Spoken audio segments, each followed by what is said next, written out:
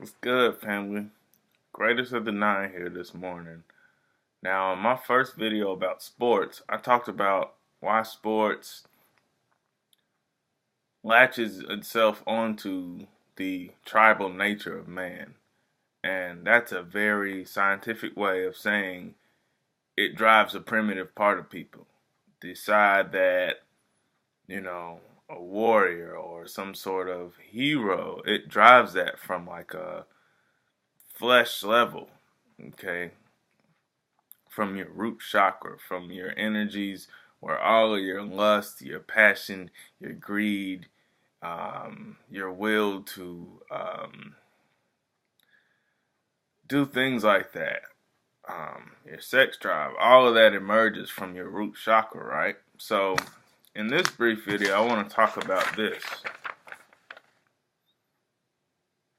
Okay.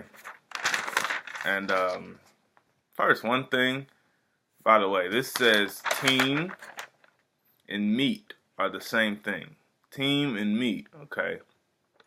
Now, for you gematria nerds, I'm not discounting gematria all the way. Alright, I think it can get a little, come on, but meat and team, same word. They sum to, let's see here, supposedly 39 in the simple ordinal, right? I'm not going to go there.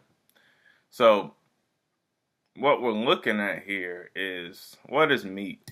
Okay, why have we become a nation of meat eaters? You may eat meat yourself, you know. Meat, going back to our first point, okay, the lower chakra in sports. So sports find a way to stimulate the primitive tribal instincts in man and women, okay? Now, what do we usually always have at sports games? Yes, meat, but even before that, alcohol. Alcohol. Alcohol also drives the lower chakra, and it's acidic, so it poisons us even more. So in actuality, when we watch these huge sports rituals, and rituals they're nothing more than highly stylized ceremonies, okay? Doesn't matter what arena, what sport, you know, people love to play the race card with sports and say, you know, niggas are supposed to watch football and the white boys got hockey and this and that. But we do the creation stories on all of those sports. You'll find that most of those games, the templates came from indigenous people. Okay? Big deal, right? So what we're dealing with is how meat, alcohol, and just the general aspect to not give a fuck. I'm not talking about in a revolutionary point of view. I'm talking about from, I don't give a fuck, get out of my way, it's TV, I'm watching the damn game. You know, that people have adopted. You know what I'm saying? This idea to keep the game rolling. Gotta watch the game, gotta watch the game. Think of that psychology, particularly during the fall season when football, you know, the great harvesting sport is on. And everybody from goddamn Monday, really, it's constant throughout the week because you have games on Monday, you have games Thursday, and obviously Saturday and Sunday you have games. That's just for pro fans. So imagine the whole college thing. Anyway, so all week, that concept is really going on in people's minds. The game, the game, the game, the game, the game. But what are they really saying? It's like, because they're spectators on this whole idea of the game. You know what I'm saying? And what the meat does, or the team, is it locks you into that psychology. Okay? Now, we're a nation of meat eaters, especially beef eaters, because meat, okay, you're using the dead vibrations of animals to so-called nourish yourself. Now, most of us grow up with the, you know, meat, two veggies, meat and two veggies, meat and two veggies. You know, it sounds too beautiful to refuse. You know, begs the question, where am I going to get my protein?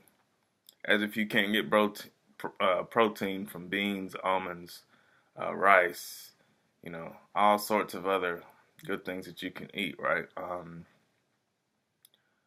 So people have normalized meat to the point where if you don't consume meat, excuse the expressions, somehow you're either weak. I've heard it go so ignorant as you play for the other team if you don't eat meat. That's weird. Um, Something's wrong with you. You're not black. I mean, I've heard it all about this whole criticism of meat thing. And for many so-called African Americans, with us, it started right in the slavery era, right?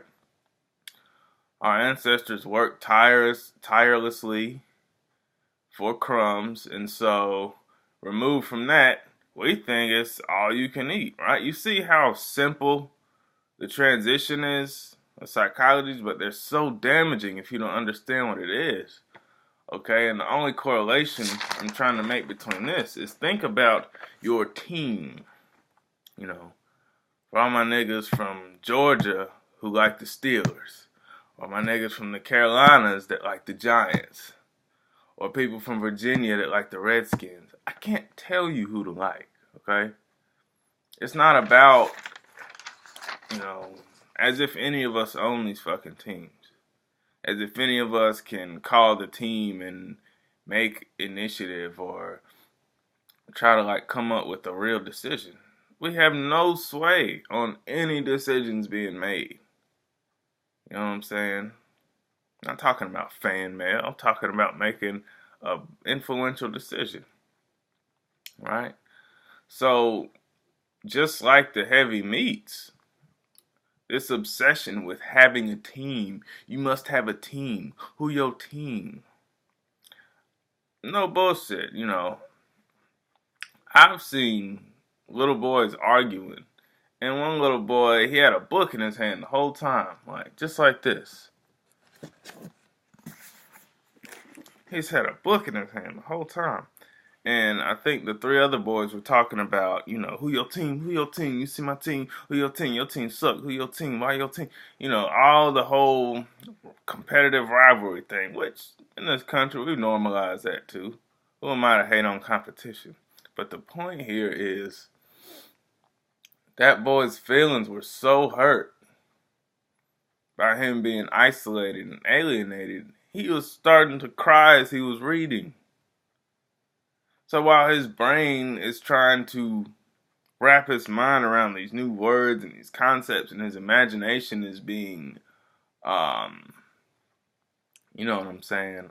His imagination is being fed, by all of these beautiful things, and it really didn't matter what book it was. The point was he was reading. His emotions were being assaulted by brainwashed children who don't even know what they're looking at when they watch sports. So in my first video about sports, I think I sounded kind of brash. I tried to make it like, everybody who watches sports is kind of caught in the game. That's not always true, but it's just a growing obsession with being a lazy, narcissistic asshole. And to feel adequate as some sort of tribesman, you put all your emotion into these organizations that are run by people who work with shit you don't even believe in.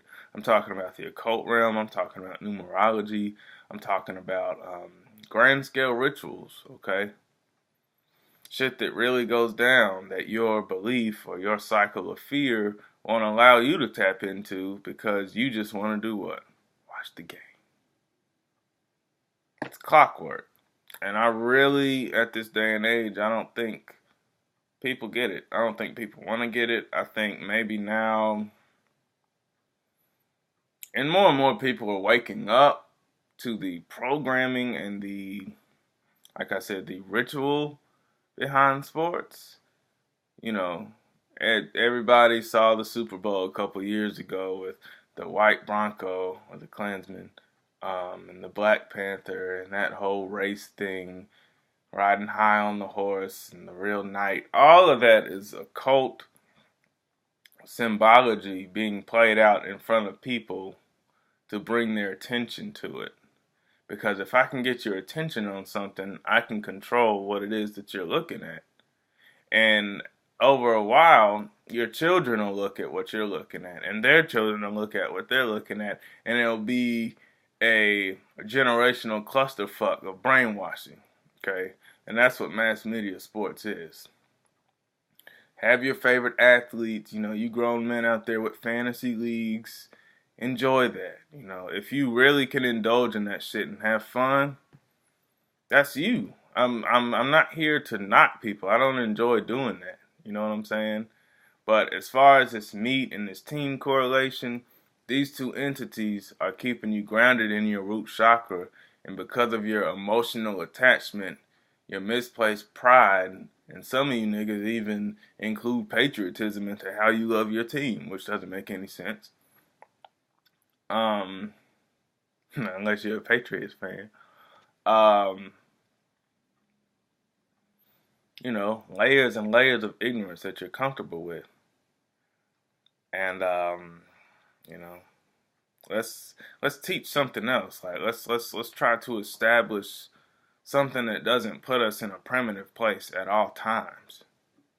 So when we get around people that could change our lives, people that could embellish our lives, people that could improve our lives, we got more to talk about than a goddamn game.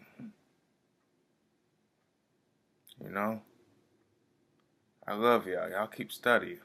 This shit has to stop.